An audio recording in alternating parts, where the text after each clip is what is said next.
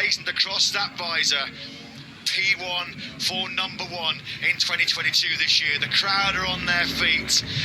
Brad Binder, what an ending to 2022 for him. He starts and finishes the year on the podium for the Red Bull KTM Factory Racing team. Had he been able to get through maybe on Quartararo, Bagnaia and Miller early on, but he might have had something for Alex Rins, taking nothing away from the Suzuki man. Jorge Martin does end his winless, unfortunately, 2022 campaign on the podium for Pramac Racing. Not a bad way to finish the season for Martin, because of course he did it from 3 consecutive pole positions. Of course, third place in the World Championship does go to Enea Bastianini, the teammate to our world champion Pecco Bagnaia next season. Bastianini finished 8th in the end in that Grand Prix, but with Aleix Espargaro pulling out very early on in that Grand Prix, Bastianini overhauls the Aprilia man who ends the year in 4th, and Brad Binder only ends the season 1 point behind Jack Miller. He very nearly pitched 5th place in the World Championship. Had he passed Rins on the final lap, that would have been his, but in the end, the only number that matters today is the number 1, and the number 1 belongs to Pecco Bagnaia. Well, in about 3 or 4 hours' time, he'll need to get himself suited and booted, ready for the FIM Awards Gala, which will take place in downtown Valencia tonight. And then brace yourselves, because if you're anywhere near Ducati and Pecco Bagnaia in Ducati this evening, you're not going to get much sleep, because Ducati are going to paint the town red, aren't they?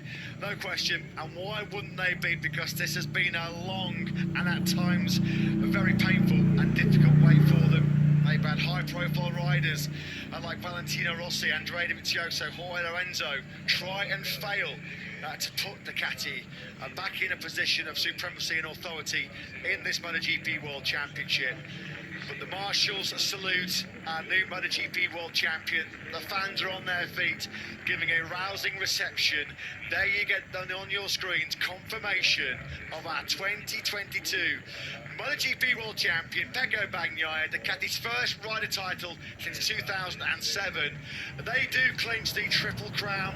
What a season it has been for the Bologna factory. Constructor champions, team world champions in Malaysia last time out for the Ducati Lenovo team.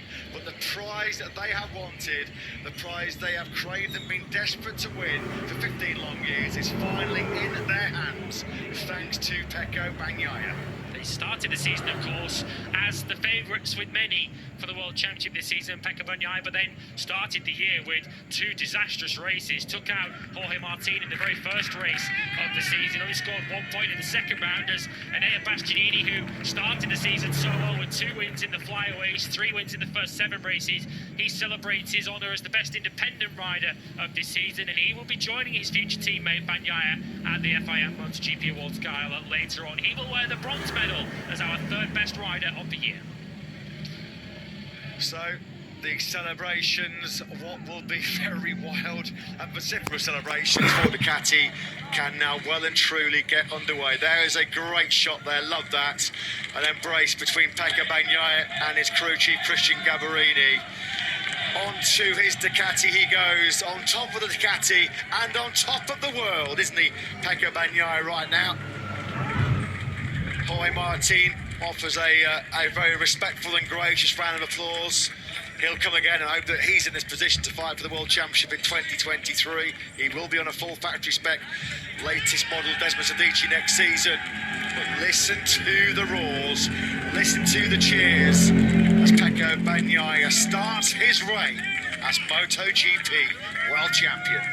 He's such a nice guy as well. You won't meet a nicer guy in the MotoGP paddock. He's quite shy and unassuming. You can see there the enormity of what he's achieved is almost dawning on him now as he joins his family and his girlfriend to start the...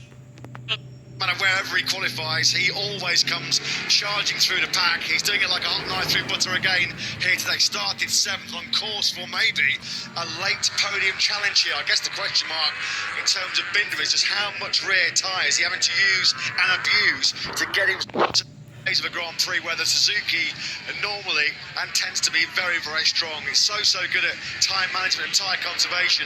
Alex Rins is as smooth as butter in that right hand. He's awesome with his silky smooth riding style to keep life in that rear tyre. Marini now sort of being held up, well, quite clearly held up by Bagnaia, and that's dragging now Bastianini into contention for 8th place.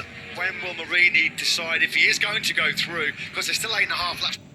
Special from Brad Binder to make it up from here, but he's done some pretty special things over his MotoGP career over the years. Pecco Bagnaia there now. Long years is finally in their hands, thanks to Pecco Bagnaia. They started as Get into that battle in that top quartet. It's all A-OK for Bagnaia. He can still relatively comfortable, relatively relaxed. 23 points clear as the number 63 go into this 27-lap Motul Grand Prix of Valencia. does his personal best lap. Those two providers with some fantastic races in 2022, whereas Jack Miller didn't quite get the job.